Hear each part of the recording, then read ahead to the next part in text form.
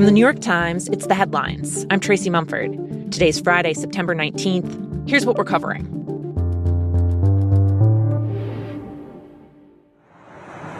Take a look. All they do is say Trump. They're licensed. They're not allowed to do that. They're an arm of the Democrat Party. President Trump has ratcheted up his efforts to silence his critics, telling reporters last night on Air Force One that federal regulators should consider revoking the licenses of broadcasters that air negative coverage of him. They give me only bad publicity or press. I mean, they're getting a license. I would think maybe their license should be taken away. It will be up to Brendan Carr. Trump's remarks came as Brendan Carr, the head of the Federal Communications Commission, and others in the administration have been seizing on the killing of Charlie Kirk to target liberal groups and media outlets, claiming they've spread dangerous rhetoric.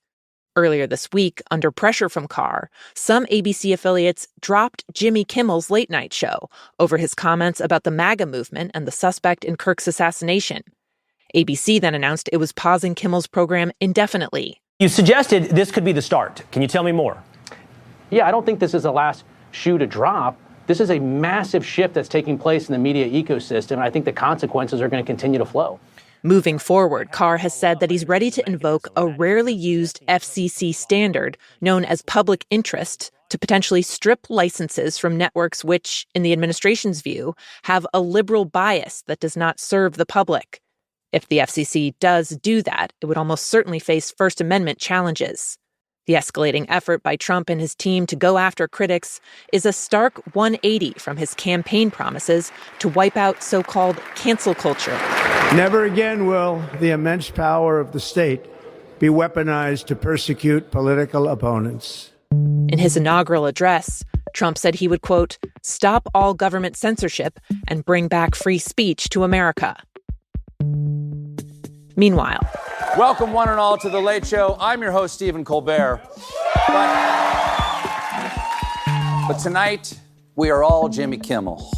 Last night, the other big names in late night weighed in for the first time since Kimmel's suspension and accused ABC of bowing to government pressure. We have another fun, hilarious, administration-compliant show. Jon Stewart, Stephen Colbert, and David Letterman all said they see the country sliding towards autocracy, echoing widespread warnings from Democratic lawmakers and even some on the right. And you can't go around firing somebody because you're fearful or trying to suck up to an authoritarian criminal administration in the Oval Office. That's just not how this works. For the moment, Kimmel's show is only paused, not canceled. And the Times has learned that network executives are trying to find a path for him to return to the air.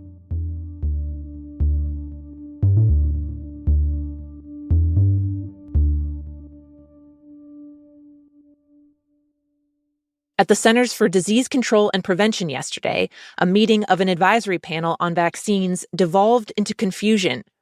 All the former panel experts were fired this summer by Health Secretary Robert F. Kennedy Jr., who replaced them with a group that largely shares his skeptical stance on vaccines.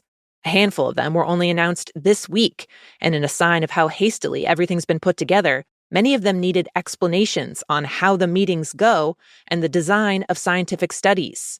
A key issue up for discussion was the hepatitis B vaccine, which Kennedy has claimed incorrectly was not tested properly. Secretary Kennedy and his allies have been saying that the hepatitis B vaccine is unsafe, but the experts I've been talking to say that that's not really the case and there's no data to indicate that it's unsafe. My colleague Apoorva Mandavili was at the CDC to cover the meeting. Right now, the shot is given at birth to make sure that every single child is protected from hepatitis B. And that's because it's not always possible to tell whether the mother is infected already. You know, you can get a false negative test result. It may be that the mother has not been seeking prenatal care and there just isn't enough time at that point to test her while she's giving birth. So there are a lot of reasons that you want to vaccinate the child at birth, according to the experts I've talked to. Apoorva says the hepatitis B shot is credited with nearly eliminating the transmission of the disease from mother to baby in the U.S., slashing it from 20,000 cases a year in the early 90s to 20. At the CDC, the vaccine panel discussed the topic for hours yesterday, and Apoorva says they seem inclined to restrict who gets it, limiting it to just newborns whose mothers are known to be infected with hepatitis B, or waiting until babies are a month old. Public health experts say that will likely lead to new cases in infants. The panel will vote on it today. They already voted against vaccinating children under 4 with a combination shot that protects against measles, mumps, rubella, and chickenpox. That's unlikely to have widespread consequences, though, because it's more common for kids to get those vaccines separately, and those recommendations didn't change.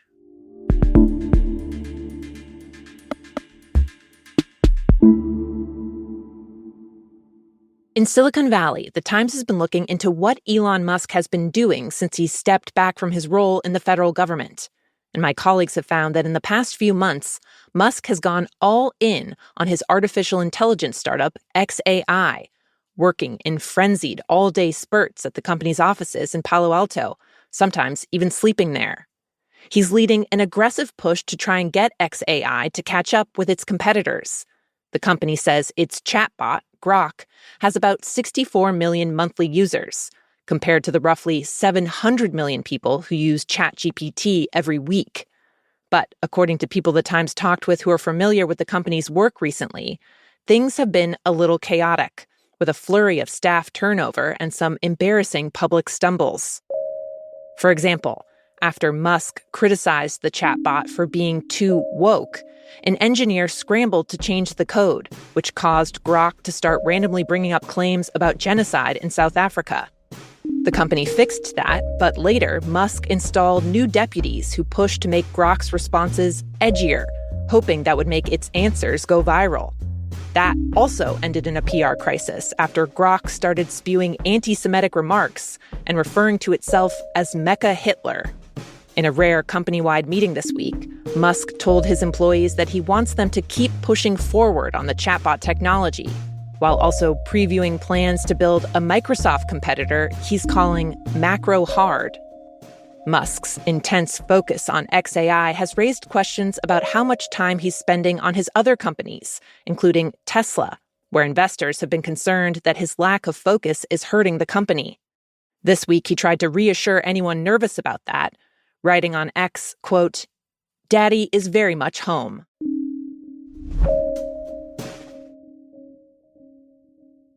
And finally, 3 homesick nuns are on the run in Austria tonight. Nuns on the run, making a confession. In Austria, 3 nuns, all in their 80s, have become the story to watch. Sister Bernadette, Sister Rita, and Sister Regina have become heroines. It's been billed as a great escape and a daring plot. It starts at an abbey, tucked in the Alps in a castle from the Middle Ages. The 3 women are the last surviving members of the order there. They expected to take their last breaths in the abbey and have their names carved on the wall like all the sisters before them. But more than a year ago, they were moved out after the convent got a new manager. He says the old building was no longer safe and that the nuns went willingly. The nuns do not agree. They landed at a retirement home in a nearby town, and they were miserable. The rooms were small, they missed their garden, and for the first time since they took their vows 60-plus years ago, they were asked to eat regularly with men. Their distress was clear. People noticed, including a group of former students the nuns used to teach at the abbey. They came together to hatch a plan to free the nuns. This month, with the help of a locksmith, the sisters got back into the abbey. There was some confusion with the police, the question of whether or not they broke in, and the fact that the retirement home reported them missing. But the nuns are still there, and their supporters have been documenting their homecoming online as they try to make the abbey livable again. They've got the power back on, they're cleaning things up, and people are bringing food by. There's even an Instagram account with updates on all of this, with tens of thousands of followers. The nuns, for their part, told the Times that they're enjoying all the attention, but that they mostly just want to get back to normal life in their old home. Those are the headlines, but if you want to play the Friday News Quiz, stick around. It's just after these credits. This show is made by Will Jarvis, Jessica Metzger, Jan Stewart, and me, Tracy Mumford. Original theme by Dan Powell. Special thanks to Isabella Anderson, Larissa Anderson, Jake Lucas, Zoe Murphy, Katie O'Brien, and Paula Schumann. Now, time for the quiz. Every week, we ask you a few questions about stories the Times has been covering. Can you answer them all? First up, the Trump administration has announced that it's making the U.S. citizenship test harder, part of the president's efforts to restrict immigration. The test is one of the final hurdles for the hundreds of thousands of people who become American citizens every year. The updated version will contain more complex questions and more of them. We're going to ask you a few of the questions from the current online study guide, speed round style. Let's see how you do. Here we go. How many senators does each state have? 2. How long is a term for a senator? 6 years. How many amendments does the Constitution have? 27. The words life, liberty, and the pursuit of happiness are from what founding document? Declaration of Independence. And what territory did the U.S. buy from France in 1803? That is the Louisiana Territory. So, nice, or I guess, depending on how you did there. At the moment, the vast majority of applicants who take the test do make it through. There's a pass rate of 91%. Okay, next question. This week, one of the co-founders of an iconic American brand resigned, saying he was being silenced by the brand's parent company. He's walking away now after almost 50 years, even though his name is on the packaging. Who am I talking about? Hint, it's not Ben. The answer? Jerry Greenfield of Ben & Jerry's. The half-baked Chunky Monkey Cherry Garcia duo have been known for their social activism ever since the company was founded in the 70s. And they've spoken out about everything from criminal justice reform to support for Palestinians. Ben, why are you getting arrested? Move down the hallway. If you stop, you will be arrested. Poor kids in Gaza by buying bombs. Ben was even handcuffed earlier this year for protesting at a Senate hearing. He and Jerry have had growing tension with the corporate giant Unilever since it bought the ice cream brand more than 2 decades ago. Recently, they accused the company of trying to prevent Ben & Jerry's from calling for a ceasefire in the war in Gaza, which Unilever denies. And last question. Recently, a scandal with accusations of cheating rocked an annual sporting event. I'm using sporting loosely here, no offense to the competitors. It is pretty niche. We're going to play you some tips and tricks from experts in this obscure field.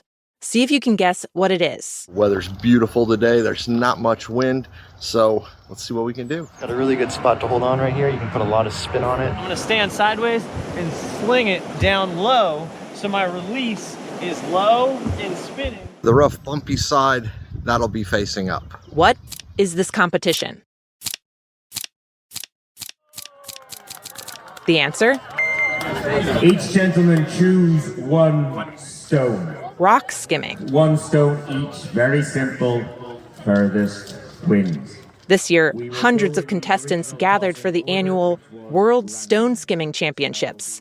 But several people were disqualified after allegedly doctoring their rocks to make them rounder.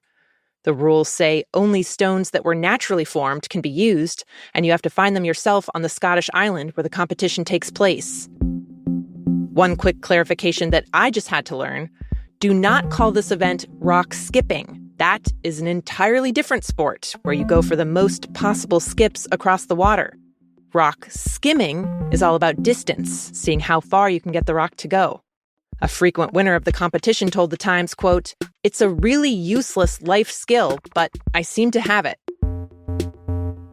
That's it for the news quiz. Our email, as always, is theheadlines@nytimes.com if you want to send us your score, or challenge a friend. Share the quiz with them. See how they do. I'm Tracy Mumford. The Headlines will be back on Monday.